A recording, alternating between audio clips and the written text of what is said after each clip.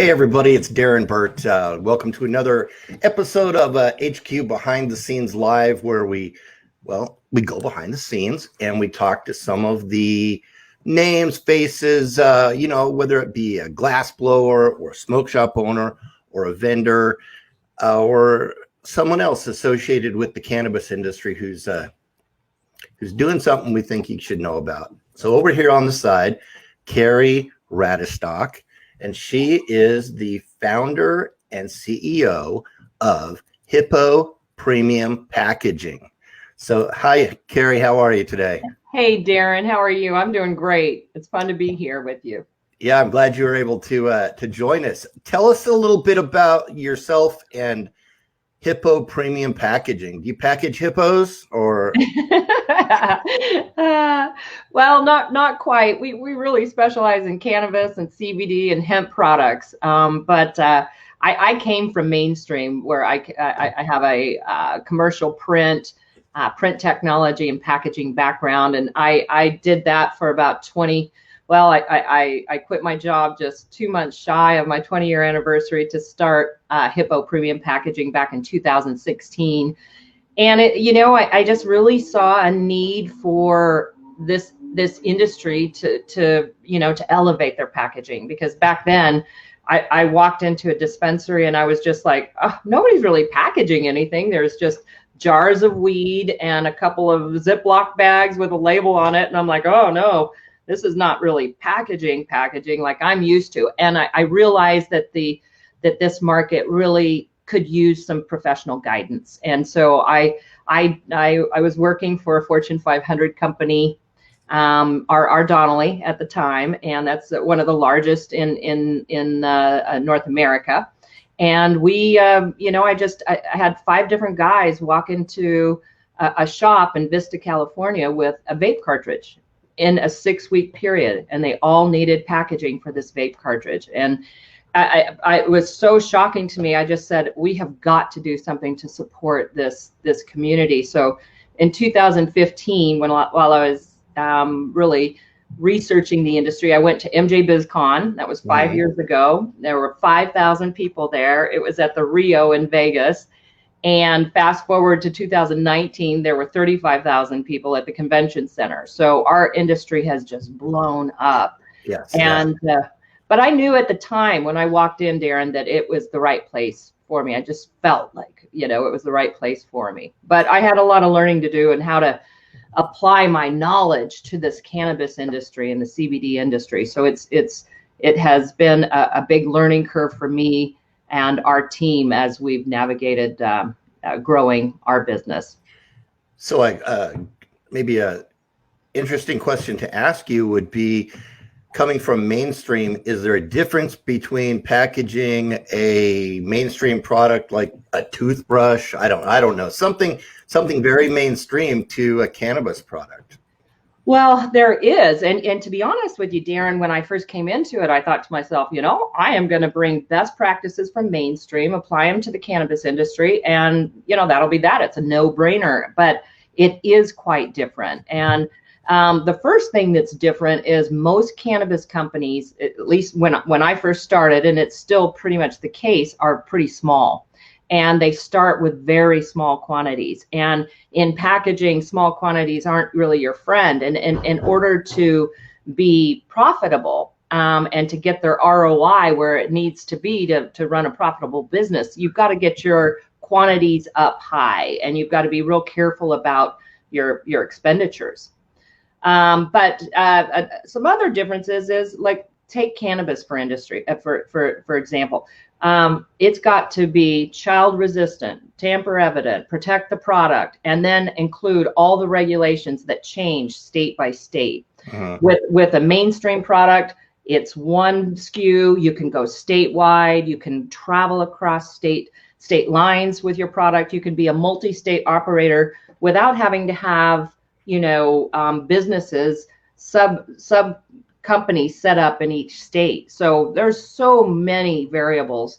But how it affects packaging is that even if they're state by state, your quantities aren't as large as they would be for mainstream. So to try to make those kinds of profits, once the Fed hits the switch and we go through probably 4 or 5 years of hell, we'll get to a place where we can, we'll have uniform packaging and labeling regulations across the United States, and hopefully interstate commerce will be real prevalent by then.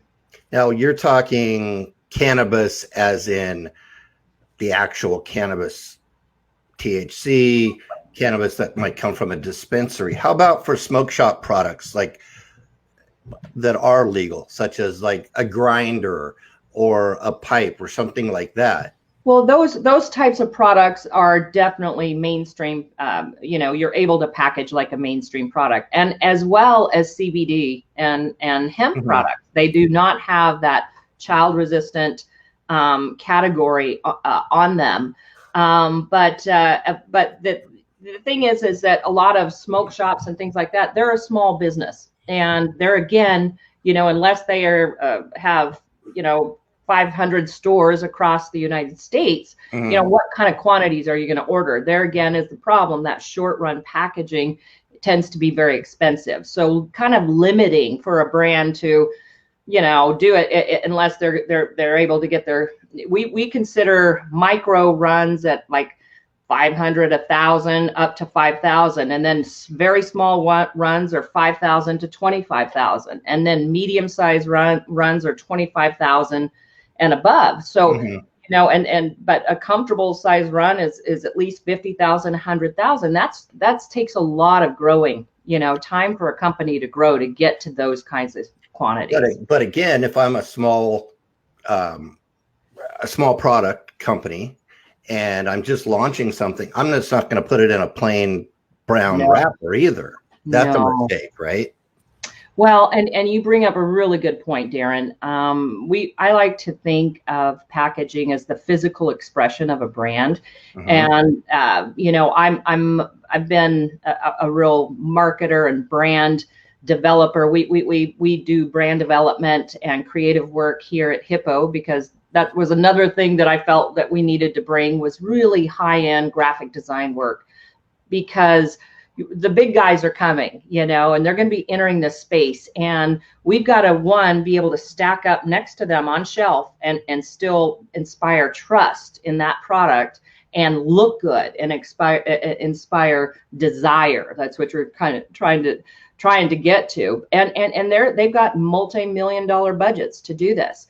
And they're going to be coming in, and those brands that have set themselves up well with their brand development and their look and how they're approaching their business, and developing a client base and loyalty, they're going to be the ones that are a prime target for some of these bigger guys to buy when the time is right. And so that's what can I do? What can I do with a limited budget?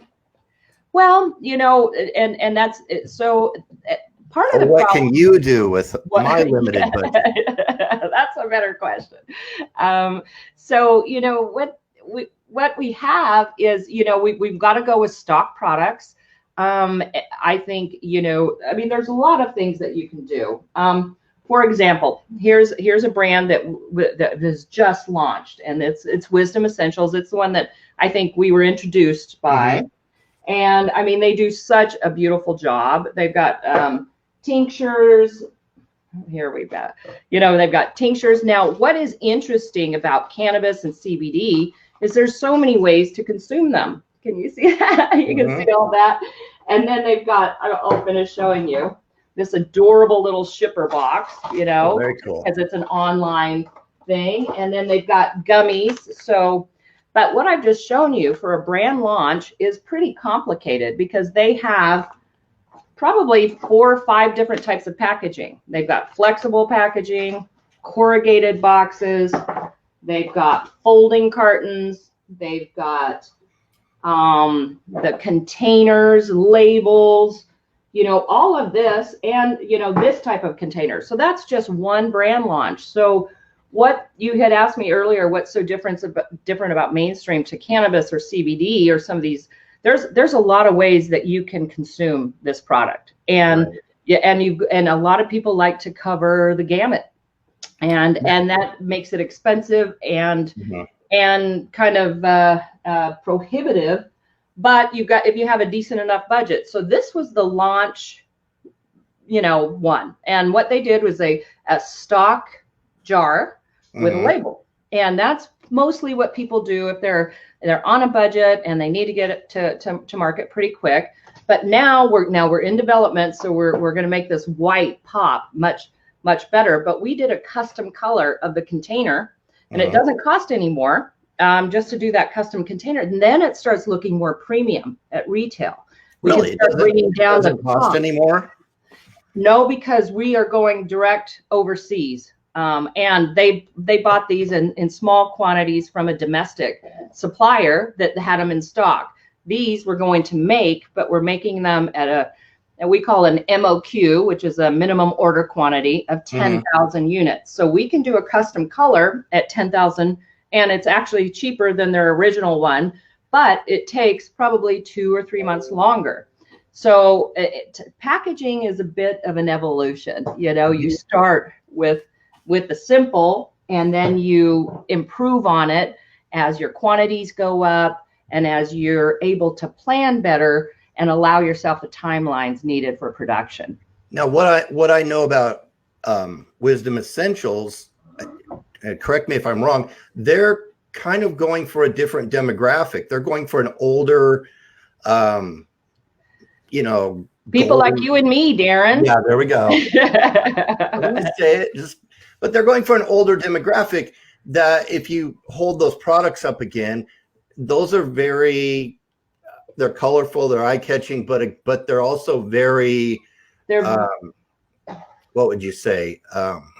Appropriate. There you go. That's the word. Appropriate. They look like mainstream. I mean, we're looking at baby boomers and what that Wisdom Essentials is going for, the modern midlifer. And so, that's a really cool, and it looks professional. This is what people are used to seeing. So when they see this package, when they pick it up and hold it, they're gonna feel safe. They're gonna feel a sense of trust in that product. There's a study that shows that the packaging really accounts for about 60% of a trust in a product. So, I mean, your packaging, if you can package it well, usually people think that you can produce something well. When you say trust, and I'll add legitimacy to that, if you go from what you just showed us with the stick-on label to the more finished packaging, does that really make a difference there?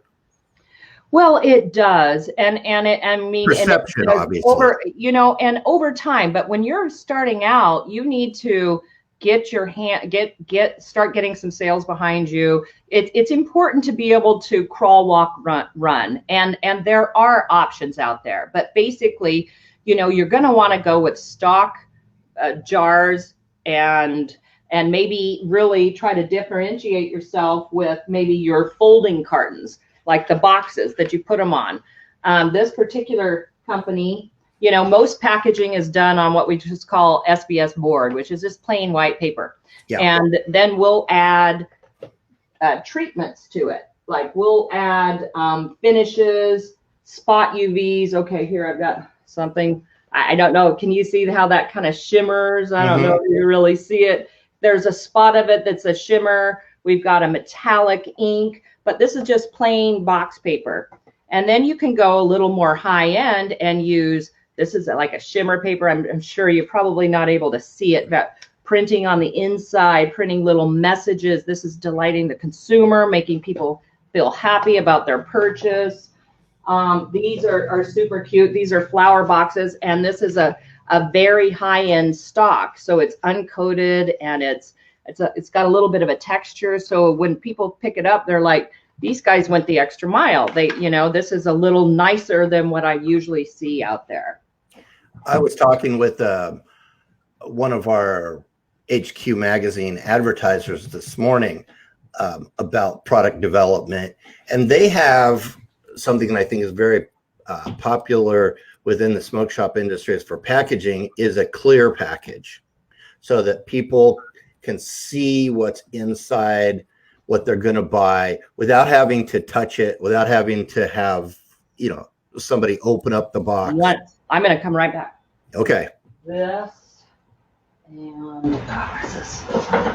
Okay. I'm going to show you a couple of things. This is a transparent package, and it's got it would go into a smoke shop. It's a chill hit, and basically you would put this in your freezer, and then you put it, you load it on top of your bong before hitting on it, and it cools it off, and it makes it chilled. But that is a transparent packaging, so people are using this. Now, a lot of people for flower, whether it be hemp or cannabis,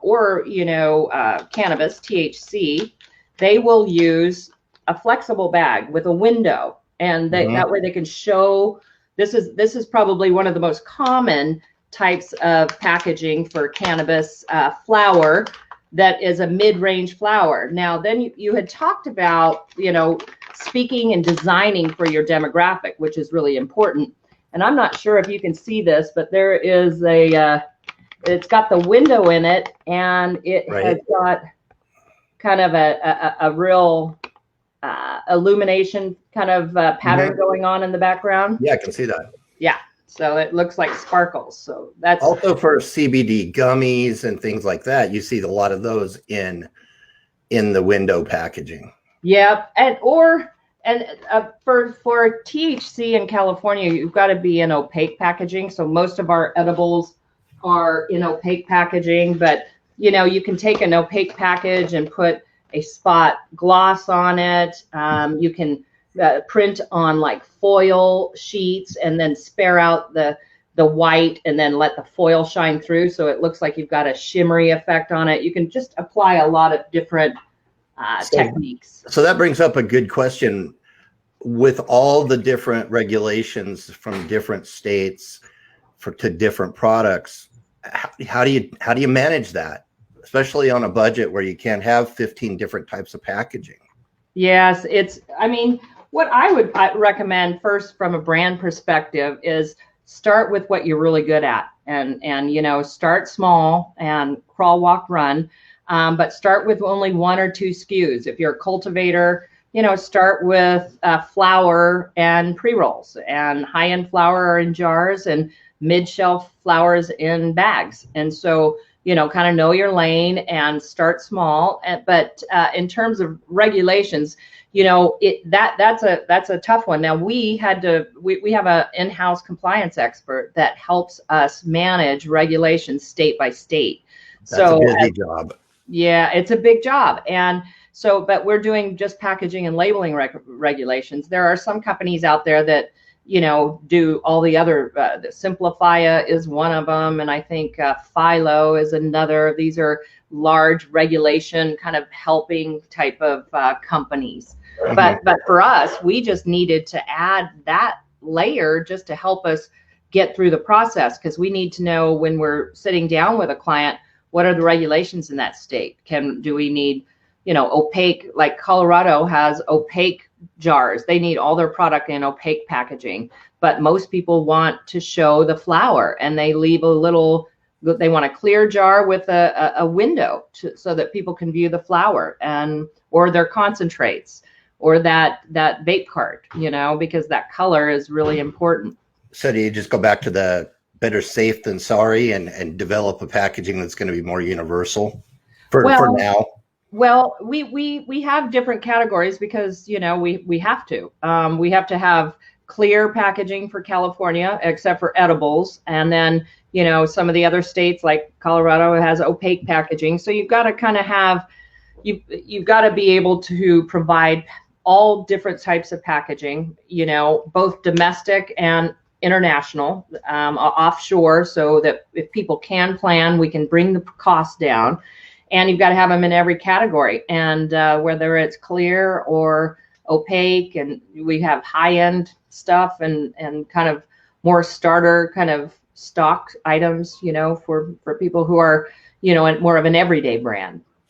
So I wanted to read something that I read something to you, have you comment on it. This is, I'm just going to take this out of context and read it to you it was from your blog. Okay. Oh, okay. We must get away from the green, black, and purple color palette, cartoon type illustrations, and for God's sake, no more marijuana leaves. That's so funny. And I don't know if you read the rest of it, because then I had to look at myself, and because my color palette was a little darker. But and it's so true. There's a culture. When I first got into this industry, everybody was green and black, and it was really marketed to the stoner culture. Yeah, there was a lot of pot leaves on. Yeah, pot Yeah. leaves on everything. And there's a rule: don't use a pot leaf, don't use green and black. I say don't follow rules, but make sure the what you choose is by design. Don't be lazy and say I want, don't and if you think you're marketing to a stoner, they're more sophisticated than that. They're not that anymore. And it's usually the founder of the company that this is what they've grown up with, and this is what they're used to. So they're trying to emulate, the brands that maybe they grew up with, and it's probably not going to hold them in good stead as this industry develops, because there is some very sophisticated branding and brands out there. I mean, many of them. I mean, here's I was going to show you one that's actually really kind of cool. And this is a Northern California company, but a woman-owned business. It's called Garden Society. They have pre-rolls, they have edibles, a little blister tray that has got their logo embossed in it. I can see it's a little more of a feminine touch on the packaging. Yeah, it's a woman-owned business, and they are going for the feminine, the soccer mom, which is a big demographic. They're going for that demographic. Is there a universal demographic? And I know there is, but what's the packaging trend for a universal, I'm going to cover all my bases type of product? Well, this is right now we're in a dogfight for brand positioning and customer retention. This industry is all coming together. Everybody's fighting over, trying to gain market share, to make them attractive, to increase their sales, blah, blah, blah. So most smart companies are actually kind of picking their lane, unless you've got a lot of money behind you, then you can kind of go more universal. But I mean, to be honest with you, if you try to appeal to everybody, you appeal to no one, really, because you just kind of are like, ho hum. There are some people that say, I just want to be the everyday brand, and so I'm not going to spend money on graphic design. Well, that's not going to put you in a good position to compete with these people who are spending money. And everyday people need to be talked to in a certain way as well. This is a real general question, so answer it however you like. We don't have time for a college class here, but what's the purpose of packaging? The purpose of packaging is to protect the product, right? To express the brand, to build confidence in, and to fulfill regulations. It's got to do a lot. It's got to do a lot. Tell the brand story. Yeah, tell the brand story for sure. From a retailer's perspective, and I'm sure you've done a lot of research on this, what's the purpose of packaging? To grab the attention of the customer? Well, I mean, retailers kind of want to carry the top brands. The top brands have beautiful packaging. They want to, a lot of retailers want to kind of be seen as, oh, I've got all the top brands. And, from a retail perspective, packaging can be kind of a pain in the butt. I mean, one of my great friends from Mainstream actually started a company. He was a co-founder of this amazing company in Washington, and they did a beautiful brand job and beautiful packaging job. And he called me right after it launched and goes, I'm in trouble. I'm like, what? I said, I just saw your launch and it looks amazing. He goes, none of my retailers want to take it. My packages are too big. And it was beautiful. That was so gorgeous, but he made it a little oversized to try to create a little differentiation in the marketplace. And it was not received well. So he didn't take in merchandising. You have got to take in what the retailers want. Now, a lot of people, sometimes retailers want, And in mainstream, what you do is you package all your products. Say you do 30 of these in a little point of purchase display, and that point of purchase display is a little box, and then you open the lid and you pull back a header and you perp off the sides, and then it becomes a display. So the retailer can just go boom, boom, put it on shelf, and it makes it easy. They love that. But dispensaries, some of them love it and some of them don't. They'll have their own way of how they're doing packaging, and it's not universal. So I would recommend to any cannabis or cannabis company that wants to be in retail to really go out and do your market research of where you want to start at least, and find out do they want these point of purchase displays? Do you want that? Or but then for CBD, you should package things like a mainstream product. Or for anybody else that they say you've got little tiny pipes, how are you going to get them from not breaking? How are you going to display them? If you make it easy for that retailer, they'll be likely to go, okay, I'll take 1 case or 2 cases and boom, boom, put them out. Yeah, you make a good point, because a lot of the smaller companies and ones that are just launching products start online. Yeah. So that merchandising aspect of the packaging isn't as important to them. Well, it's not, but yet it is. Now, what's interesting about online companies now, they are spending a little extra money on their packaging, because there is the unboxing experience and, just the brand, reveal experience. Take example, Harry and David, they package pears. And they can package pears and charge you $20 for 6 pears. Yeah, and some cellophane. Yeah, it is the packaging, and when they get it, it's all wrapped in this beautiful little, box, and then blah, blah, blah. They ended up changing their packaging. Harry and David did, for something less expensive. Their sales dipped. The products weren't selling. They had to go back to the higher end packaging because it's a perceived value. Right. So this is an online company, and they made sure their packaging was right. This is their little shipper. Even, pay attention to the details. So let's talk about some of the trends that are happening in product marketing and merchandising, packaging for the cannabis industry.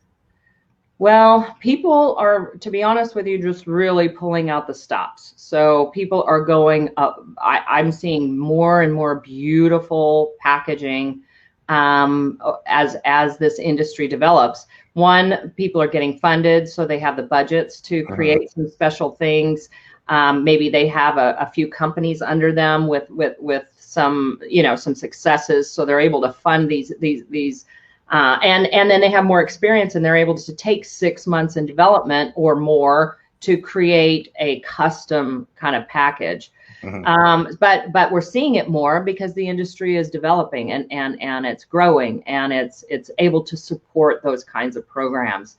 But I see that the trends are really to get away from that stoner look.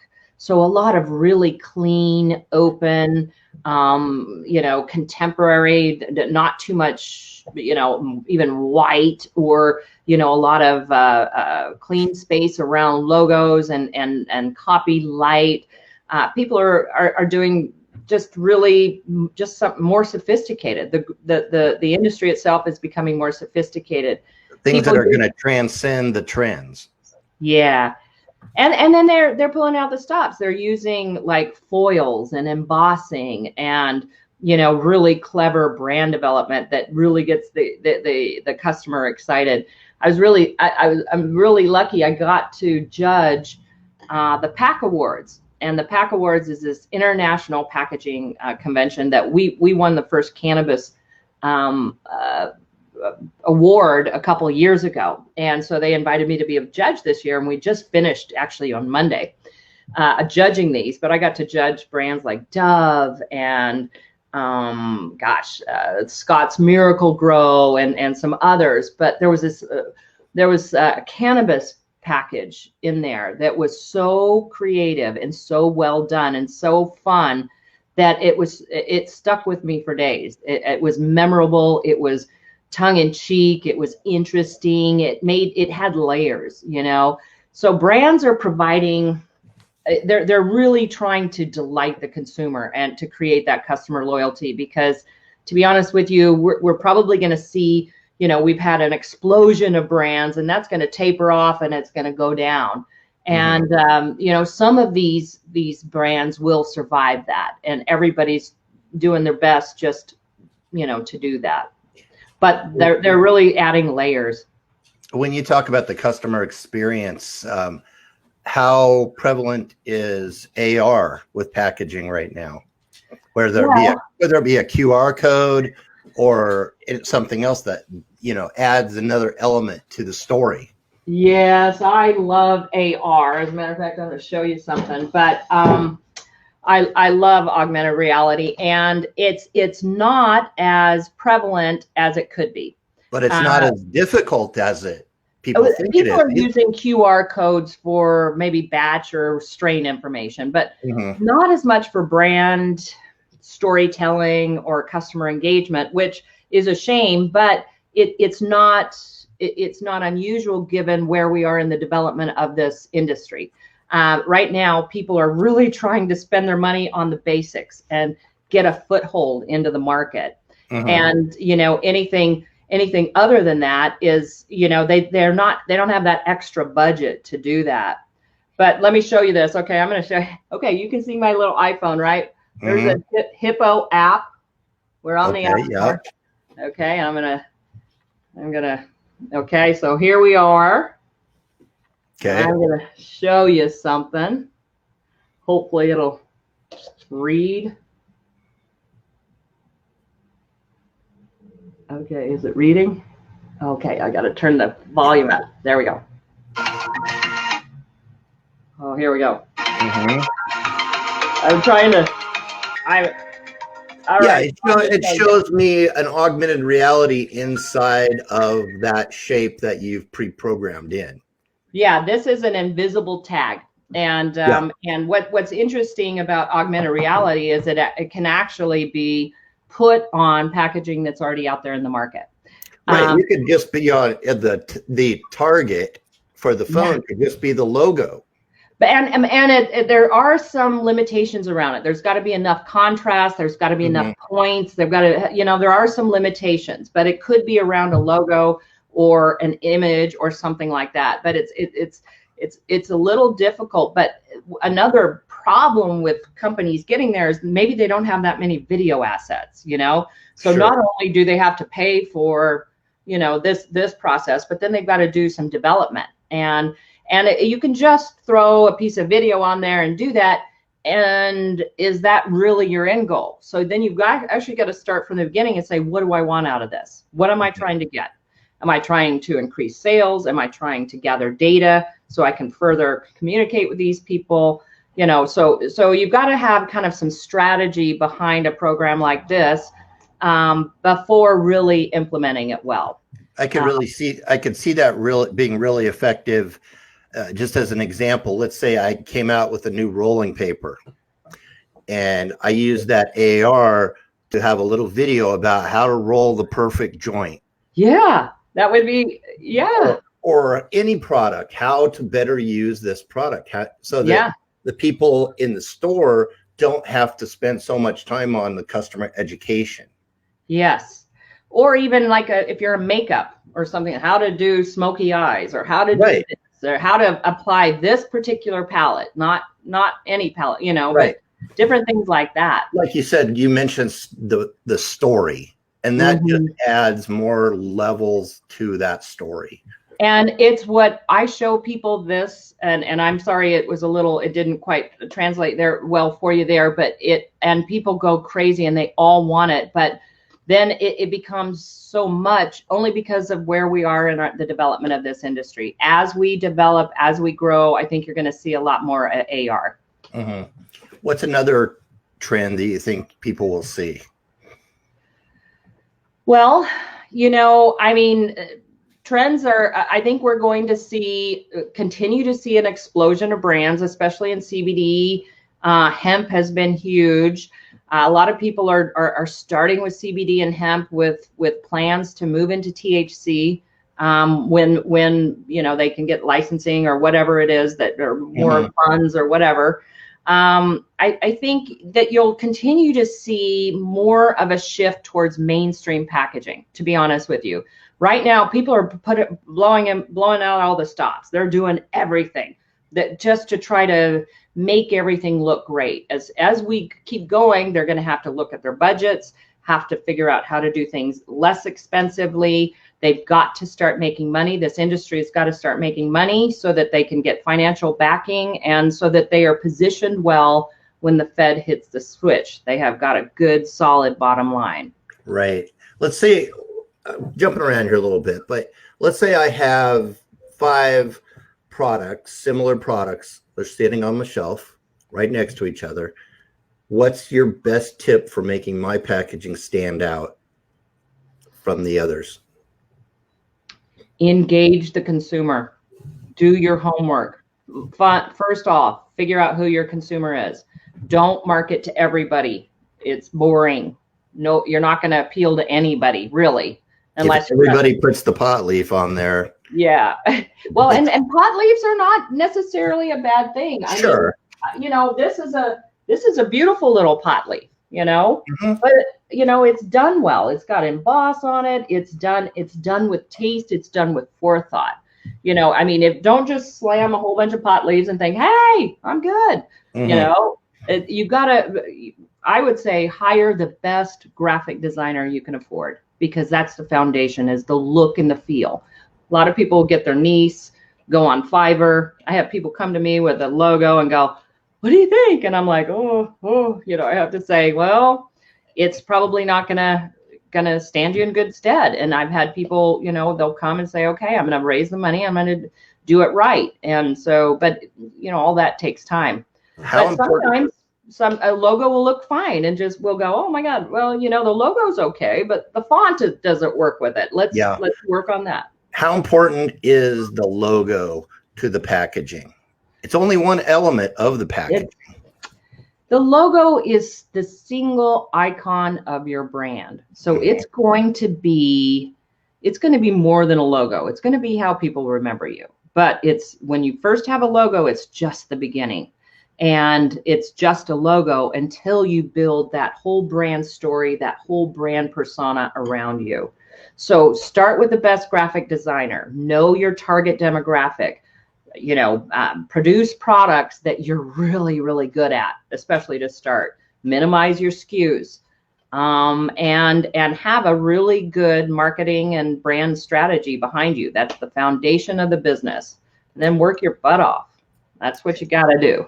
So they're going to call you guys, right? Hippo Packaging, because you guys have the graphics designer, you have the research people, you've got everything in line to make the product stand out and be successful.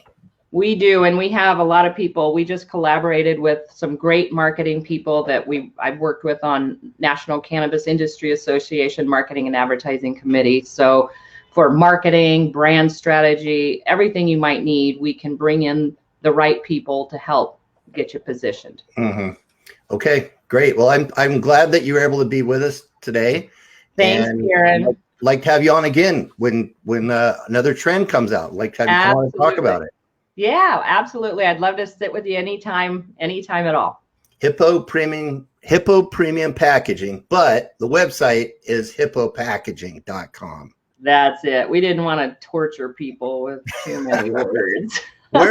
Now I said this when we first came on, but what's the Hippo? Oh dear. Well, that was. Is there a story that you can tell us? Well, I'll tell you, but don't tell anybody. Okay, it's a secret. Okay, just between you and me. Let's keep it between us. So it was right before MJ BizCon in 2015, and I'm like, we've got to have cards. Well, we got to have a brand. Well, we got to have a name, and we're about to go to MJ BizCon, and I'm like, ah. So we rushed to get things together and sat and tried to figure out a name for a few hours. And finally I came up with, I've got it. We were going to have 2 different businesses, one for the agency and one for a smaller run on demand kind of program. So we said, okay, let me Google what is Latin for premium. And it came back it said, blah, blah, blah, word hippo. And I'm like, what the hell? What does that Yeah, mean? I have heard of But the I word Googled hippo it. before. Yeah, I Googled it a few times and I'm like, hippo, huh? And then I'm like, okay, so what is, what's Latin for luxury? Because we were going to do an agency, and it's luxury to have somebody do your stuff for you. So they said it's luxurious. So we ended up creating 2 brands at the time, Hippo and Luxuria. And once we started in the brand development, and then it came back that I actually made a mistake. Word hippo is a Latin translation company. so that's what happened. But we were in love with our hippo, and we became the hippo. And as I started building the business and going out to events and stuff, everybody goes, "You're the hippo lady. You're the hippo lady, right?" And so it's very memorable, and we fell in love with them. And it's a man hippo, even though we're a woman-owned company. It's a man hippo, And he's eating a cannabis leaf, right? He is. And I added that cannabis leaf at the very end. Now we have new branding, but or new business cards, because this is so dark. But this is our newer card, which got a little shimmer and silver. Yeah.